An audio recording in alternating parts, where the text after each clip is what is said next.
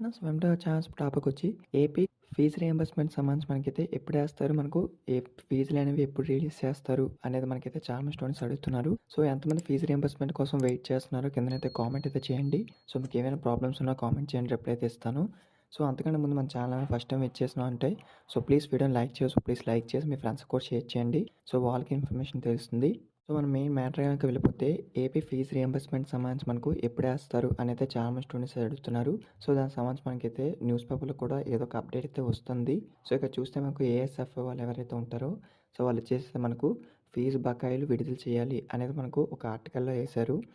So, ఇక్కడ చూస్తే మీకు ఏవైతే మనకు విద్యారంగం రాష్ట్ర వ్యాప్తంగా సంబంధించి విద్యారంగం ఉన్నాయో సో, ఫీజు బకాయిల్ని వెంటనే విడుదల చేయాలనేది మనకు అఖిల భారత విద్యార్థి సమైక్య మనకైతే డిమాండ్ అయితే చేస్తున్నారు. సో, మనకి ఇందులో చూసుకుంటే స్కాలర్‌షిప్స్ ఏవైతే ఉంటాయో వాటినన్నిటిని కూడా విడుదల చేయాలి అనేది చెప్పడం జరిగింది. సో, మనకు ఆల్రెడీ అప్డేట్ కూడా ఇచ్చారు. డైరెక్ట్‌గా కాలేజ్ యొక్క ఖాతాల్లోకైతే ఒక ఫీజు రీయింబర్స్‌మెంట్ వేస్తామని. సో, అవి ఎప్పుడు రిలీజ్ చేస్తారనే దానిపై ఇంకా అప్డేట్ రాలేదు. సో, అఫీషియల్ అప్డేట్ వస్తే మీకైతే ఇన్ఫార్మ్ చేస్తాను. ఈచ్ అండ్ లేటెస్ట్ అప్డేట్స్ మీకు ఇన్ఫార్మ్ చేయడం జరుగుతుంది కాబట్టి కొత్తగా వచ్చేసి మన ఛానల్ సబ్స్క్రైబ్ చేసుకోండి.